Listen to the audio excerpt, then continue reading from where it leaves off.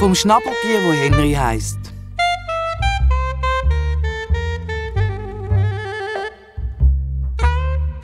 Der Schnappschuss.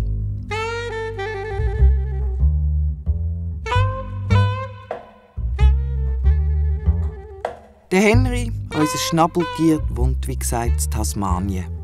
Am Ufer vom Fluss auf der ganz anderen Seite der Welt. Das Wasser in diesem Fluss fließt ganz gemütlich dem Meer zu. Und an den seichten Stellen schwimmt und taucht der Henry am liebsten. Dort, wo die Wasserpflanzen ganz nah zusammenstehen, findet der Henry Krebsen und Schnecken. Beides frisst er fürs Leben gern. Der Henry bleibt nie zu lange im Wasser, weil er gerade so gern im weichen Gras liegt und zündelt oder in seiner Höhle schlaft. Seine Höhle hat er sich selber gebaut. Und für das es immer schön warm ist und gut schmeckt, hat er den ganzen Boden mit getrockneten Wasserpflanzen ausgelegt. Im Henry gefällt es am Fluss. Er möchte nie anders wohnen. Ich habe alles, was ein Schnabeltier braucht, denkt er. Ich habe meine Höhle, den Fluss und ich habe meine Freunde. Sein dickster Freund heisst Ben. Für die es noch nicht wissen, der Ben ist auch ein Schnabeltier und wohnt auf der anderen Seite vom Fluss. Sein anderer Freund, der Wombat, ein Gürteltier, das es nur in Australien gibt, wohnt ganz in der Nähe vom Henry. Der Wombat sieht fast aus wie eine grosse Maus, nur hat er nicht so einen langen Schwanz. Der Küngel und der Igel trifft den Henry meistens im Eukalyptuswald. Der fängt direkt hinter den Wiesen am Fluss an. Dort wohnt auch das kleine Känguru. Das kleine Känguru ist nicht so gross, wie man sich sonst ein Känguru vorstellt. Das kleine Känguru ist nur etwa so gross wie eine Maus. Und manchmal wird es sogar mit einer Maus verwechselt. Dann wird es dann amigs himmeltraurig verrückt und schimpft wie ein Rohrspatz. Ja, in Tasmanien leben halt ein Haufen Tiere, die es sonst nie gibt. Aber eben, die Insel Tasmanien liegt ja auch auf der ganz anderen Seite der Welt.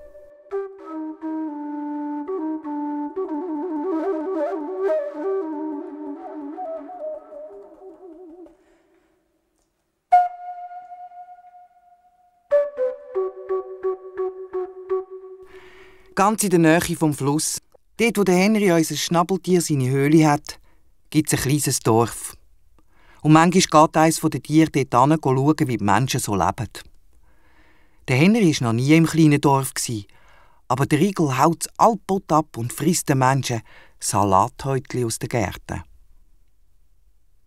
Wo der Henry wieder einmal faul im Gras liegt und sein dunkelbraune Fell an der goldigen Sonne wärmt, kommt der Igel ganz aufgeregt zu rennen. «So etwas? Nein, aber auch», ruft er schon von weitem. «Jetzt haben doch die tatsächlich ein Bild von mir gemacht. Ich habe es selber gesehen.»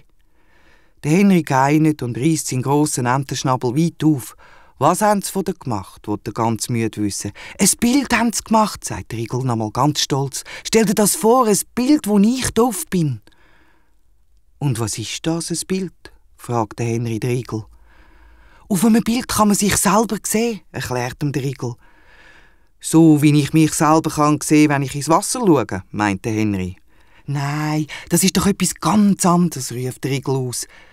«Wenn du in den Fluss hineinschaust, dann kannst du dich im Wasser sehen, gut. Aber wenn du vom Wasser weggehst, dann ist auch das Bild weg. Wenn aber ein Mensch von dir ein Bild macht, dann bleibt das immer da und alle können es sehen.» Der Henry staunet. «Sachen gibt's», meint er, und geinet schon wieder. Ohne etwas zu sagen, hocken die beiden ein Weile nebeneinander im Gras. «Und von dir haben sie also ein Bild gemacht», kommt es plötzlich vom Henry. Der Igel nickt ganz stolz. «Dann wollte ich auch eins», entscheidet der Henry. «Schnabeltiere sind nämlich ganz schön.» «Wie man es nimmt», gibt der Igel spitz um. «Kommt darauf an, wie man es anschaut. Ja, ich meine, ein Igel sieht aus wie ein Igel. Ein Küngel wie ein Küngel, ein Wombat wie ein Wombat. Aber ein Schnabeltier», sagt der Igel zum Henry. «Schnabeltiere haben halt wenig Eigens. Schnabeltiere haben von vielen Tieren etwas.» «Schnabeltiere sehen aus wie Schnabeltiere», wehrt sich der Henry. «Was sollte daran nicht schön sein?» «Weil Schnabeltiere eben einen Schnabel wie eine Ente haben und Füße wie eine Gans und ein Fell wie ein Maulwurf und einen Schwanz wie ein Biber. Genau drum», sagt der Igel. Jetzt ist der Henry aber schwer eingeschnappt. Und ich habe immer gemeint, wir seien Freunde, meint er enttäuscht. Ich verstehe gar nicht, wieso du so gemein zu mir bist. Traurig dreht er dem Igel den Rücken zu und watschelt davon. »Hey, wart! Ich has doch gar nicht so gemeint«, ruft ihm der Igel nach. »Und wie hast du es denn gemeint?« fragt der Henry zurück. »Auf jeden Fall nicht so«, sagt der Igel ganz leislich. »Nicht so, dass wir nicht mehr Freunde sein könnten.« »Dann ist ja gut.« Der Henry ist jetzt nicht mehr beleidigt. »Hey, ich habe eine Idee«, sagt der Igel ganz aufgeregt. »Wieso gehen wir nicht zusammen ins kleine Dorf? Vielleicht machen dann die Menschen auch ein Bild von dir.« Was gibst, was hast, rennen die zwei durch den Eukalyptuswald, dann quer durchs Lorbeerwäldli und schon stehen sie mitten auf der Dorfstrasse.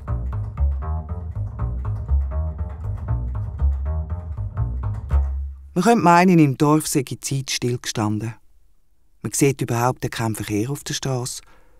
Nur ein paar alte Leute, die im Schatten von ihren Häusern hocken und vor sich hindösen. «Haben die grosse Häuser?» staunt der Henry. «Ich würde gerne mal schauen, wie es drinnen aussieht.» «Ich glaube, das haben sie gar nicht gern», meint der Igel. «Und warum nicht?» fragt der Henry ganz erstaunt.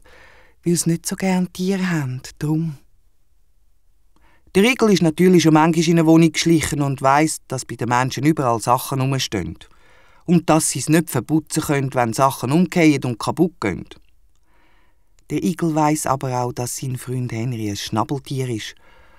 Und das Schnabeltier nicht gut geradeaus laufen, weil es die Augen ganz zuoberst am Kopf haben. Der Henry geht sowieso alles um, denkt der Igel. Und dann haben wir dann den Dreck. Der Igel geht mit dem Henry zum Schaufenster und zeigt ihm, wo sein Bild angeklebt ist. Man sieht den Igel, wie er im Garten am Kopfsalathäubchen knabbert. Ganz neidisch schaut der Henry das Bild an. «So etwas will ich auch», sagt er. Neben dem Schaufenster hat es eine Tür, wo ein kleiner Spalt offen steht. Gewundrig schaut der Henry ins Zimmer rein. «Die haben aber komische Sachen, die Menschen», denkt er, und geht rein.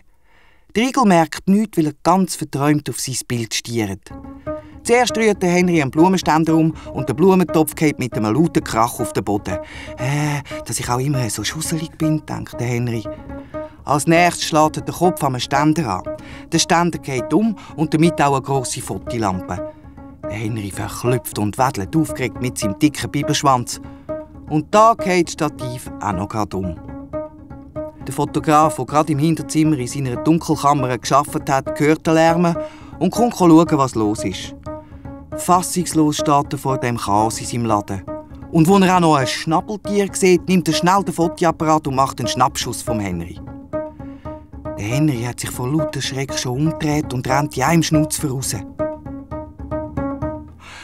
«Mich bringst nie mehr in das Dorf», sagt er zum Igel, wo sie wieder zurück am Fluss waren. «Nie mehr!» Aber ein paar Tage später bringt es der Igel dann doch noch fertig. «Ich habe eine Überraschung», sagt er. Als sie vor das Schaufenster vom Fotograf kommen, strahlt der Henry wie ein Maienkäfer über das ganze Gesicht. Was sieht er? Dort hängt jetzt auch ein Bild von ihm. Es zeigt uns ein Schnabeltier, das Henry heisst. Das heisst sein Hinder. Mit in einem Scherbenhaufen und umgekehrtem Zeug. Ist das ein schönes Bild, denkt der Henry ganz stolz. Und schaut den Igel dankbar an.